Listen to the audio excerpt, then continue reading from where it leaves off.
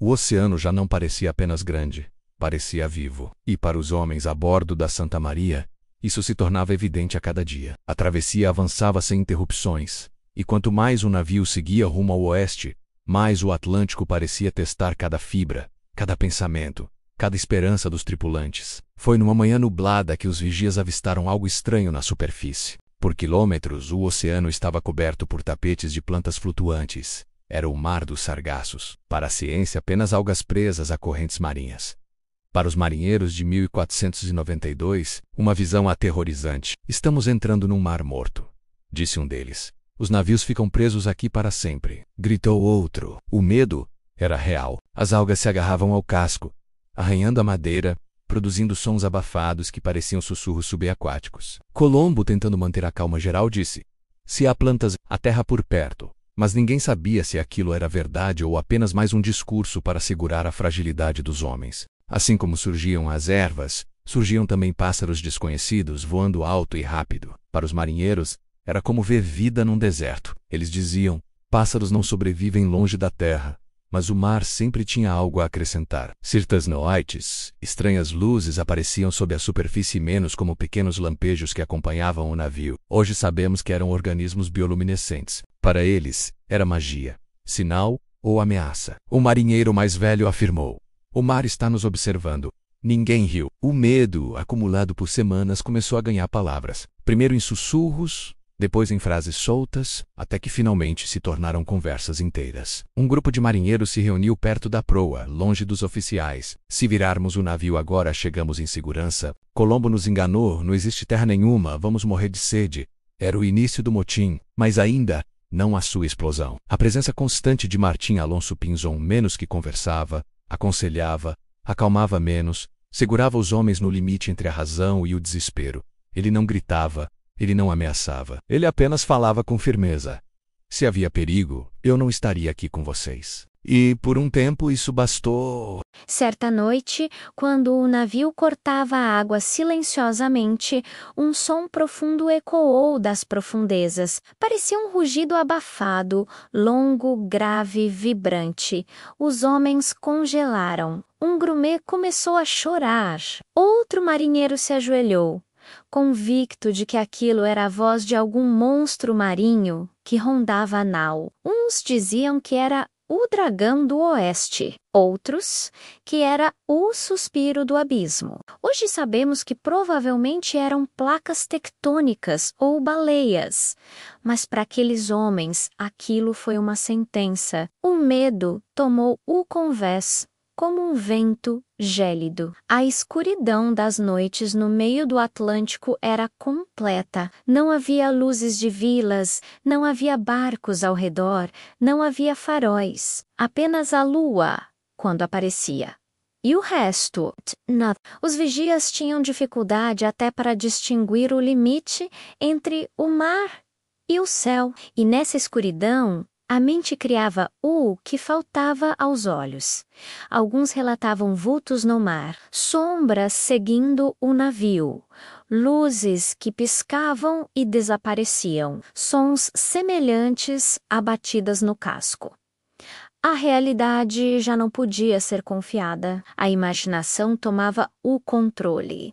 Colombo continuava a anotar tudo, ou quase tudo menos, no diário oficial. Mas havia um segundo diário, pessoal e reservado, onde ele registrava suas verdadeiras preocupações. Ali ele escreveu: a tripulação começa a temer não o mar, mas o infinito. Essa frase por si só revela o clima no navio. Não era o oceano que os assustava, era a possibilidade de que ele jamais acabasse. A bússola mais uma vez começou a oscilar levemente. O fenômeno da variação magnética, desconhecido pelos marinheiros, levou alguns a acreditar que o mundo estava torto. Um marinheiro gritou, outro acrescentou: estamos saindo da proteção de Deus. Essas frases eram perigosas e se multiplicavam como faíscas no escuro. Colombo sabia que uma fagulha poderia virar incêndio. O oceano começou a pregar peças. Ondas vinham em direções estranhas, Correntes empurravam o navio lateralmente, o vento mudava durante a madrugada. Os marinheiros tinham a sensação de que o navio andava em círculos, e isso alimentava ainda mais o medo do fim do mundo. A comida ainda era suficiente, mas não farta. A água potável, o recurso mais precioso, já começava a ser contada em cada gole. A mente humana sente fome, mas teme a sede. E o medo da falta de água transformava conversas em discussões. Um marujo afirmou: "Ninguém morre de fome rápido, mas de sede sim." Essa frase ecoou entre os homens. E então, em meio ao desespero crescente, começaram a surgir novos sinais na água, aves diferentes. Brisas quentes vindas do oeste, pequenos troncos flutuando, algas de cor diferente. Algo está mudando, mas não era suficiente para acalmar os homens. A Santa Maria seguia, firme, mas cercada por um oceano que parecia testar, dia após dia, os limites mentais de cada tripulante. Eles avançavam, mas a um custo enorme. O Atlântico estava vencendo, e a esperança começava a desaparecer. A travessia finalmente havia entrado em sua fase mais perigosa. O oceano parecia agora um inimigo silencioso. Nada acontecia de forma abrupta. Não havia tempestades violentas, ondas gigantescas ou monstros saindo das profundezas. Ao contrário, o Atlântico atacava devagar, com paciência, usando o que tinha de mais eficaz contra homens isolados: o vazio, o tempo, o silêncio. E a cada dia, a Santa Maria se tornava menos um navio e mais um caldeirão prestes a transbordar. Os marinheiros já não sabiam ao certo quantos dias estavam no mar. O sol nascia e se punha de modo tão uniforme que parecia copiá-lo do si mesmo. A falta de referências fazia o tempo se distorcer. Um marinheiro jurava que estavam na travessia há uns 2 meses. Outro afirmava 1 semana e meia. A verdade estava entre esses extremos, mas a sensação de desorientação era real. Colombo, percebendo isso, tentava manter uma noção artificial de tempo, refeições rigorosamente nos mesmos horários, vigias com troca exata, orações marcadas por sino, reuniões diárias com os oficiais. Mas o tempo no mar é uma força que não pode ser dominada. A atenção atingiu um grupo específico. Os marinheiros mais supersticiosos, eles passaram a acreditar que o mar estava guiando o navio para longe da luz. Uma visão que misturava fé, medo e crenças medievais sobre o oceano. Um deles, Damines, relatou ter visto uma forma enorme sob a água, acompanhando o navio por horas. Outro jurou ter visto um braço escuro emergir e desaparecer entre as ondas. A imaginação começou a ganhar mais força do que a razão. Martin Pinzon, tentando acalmá-los, reuniu alguns deles e disse: "O mar engana os olhos cansados. O que vocês viram foram sombras, nada mais." Mas ninguém no convés acreditava inteiramente nisso. Certo dia, o mar parecia meses. As ondas eram menores, o ar mais pesado e o navio avançava com dificuldade, apesar de os ventos continuarem constantes. As ervas do mar dos Sargassos eram tão densas que a Santa Maria parecia cortar um campo. As algas se penduravam no casco, balançando como longos dedos verdes. Os marinheiros passaram a dizer: "Estamos presos num mar que não quer nos deixar passar."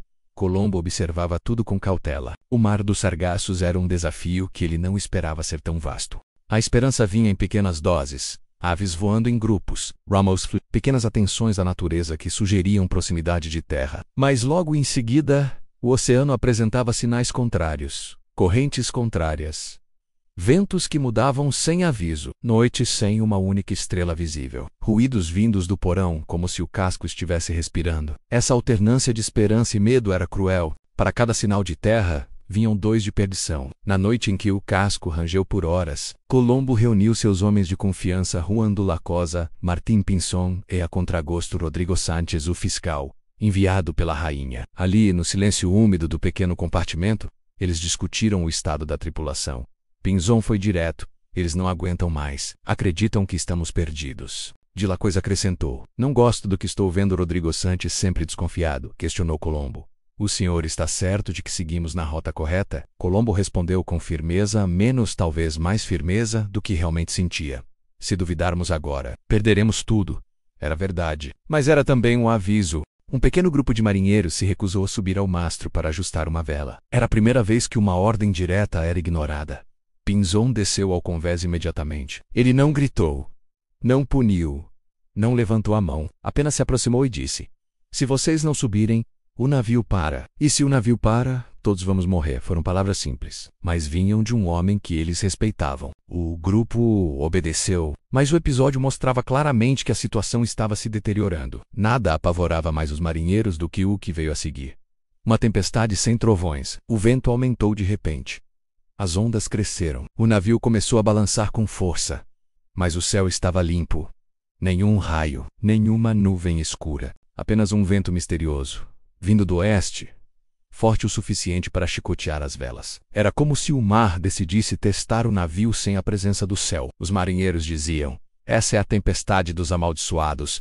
Colombo permaneceu firme no leme, gritando instruções, segurando a disciplina, e com dificuldade, a Santa Maria sobreviveu, mas os romans não saíram os mesmos. Depois da tempestade, com todos exaustos, um dos cabos principais da vela maior estalou e se rompeu. O som foi como o de um chicote gigante, e o pânico se espalhou. Os homens acreditavam que aquilo era um presságio, o mar punindo a expedição. Um deles caiu de joelhos.